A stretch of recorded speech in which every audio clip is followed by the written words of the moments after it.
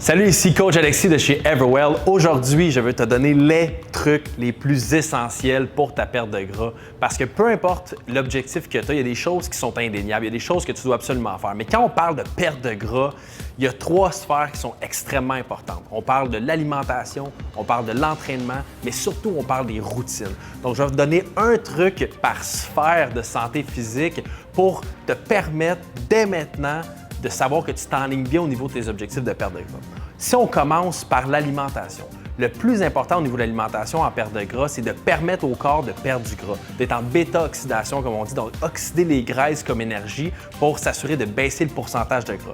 Pour ce faire, on doit s'assurer d'espacer le repas et de minimiser les repas aussi. On ne veut pas avoir 6 à 7 repas comme un bodybuilder. C'est pas ça, c'est pas comme ça qu'on devrait le faire.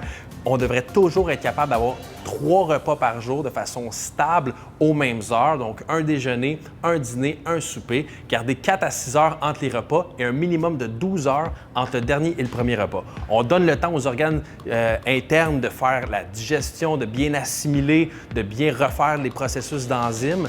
Puis, on donne assez de temps entre les repas pour accéder à ces graisses-là puis activer l'oxydation des graisses. Au niveau de l'entraînement, le plus important, c'est d'être métabolique. Qu'est-ce que ça veut dire être métabolique? C'est qu'on a un métabolisme de base. Donc, combien de calories on va brûler à l'intérieur d'une journée sans bouger, en 24 heures? Pour augmenter ça, c'est pas simplement de s'entraîner plus, mais de faire des entraînements qui nous poussent un petit peu plus au niveau du volume, au niveau de l'intensité pour augmenter le métabolisme de base, le nombre de calories qu'on va brûler dans une journée. Donc pour ça, je vous suggère de faire des entraînements qui sont courts, très intenses. On ne veut pas aller dans quelque chose de trop lourd non plus pour pas recruter trop non plus le système nerveux central parce qu'on peut se retrouver à récupérer pendant plusieurs journées puis tomber en surentraînement. Donc on veut faire des entraînements récurrents de manière à les faire souvent dans une semaine, plus courts, très intenses, beaucoup de volume, plus cardiovasculaire pour aller augmenter le métabolisme de base et brûler plus de calories dans une journée.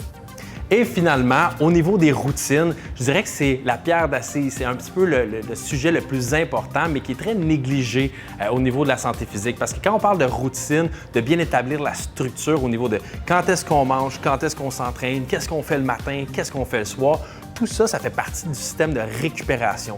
Donc, de cette manière-là, si on a une belle structure, une belle routine établie, on va mieux récupérer, on va pouvoir mieux s'entraîner plus intensément, puis tout va se faire mieux au niveau du système interne. Donc, on va être capable de brûler plus de calories, plus de gras, puis atteindre nos objectifs de manière plus récurrente avec plus d'énergie.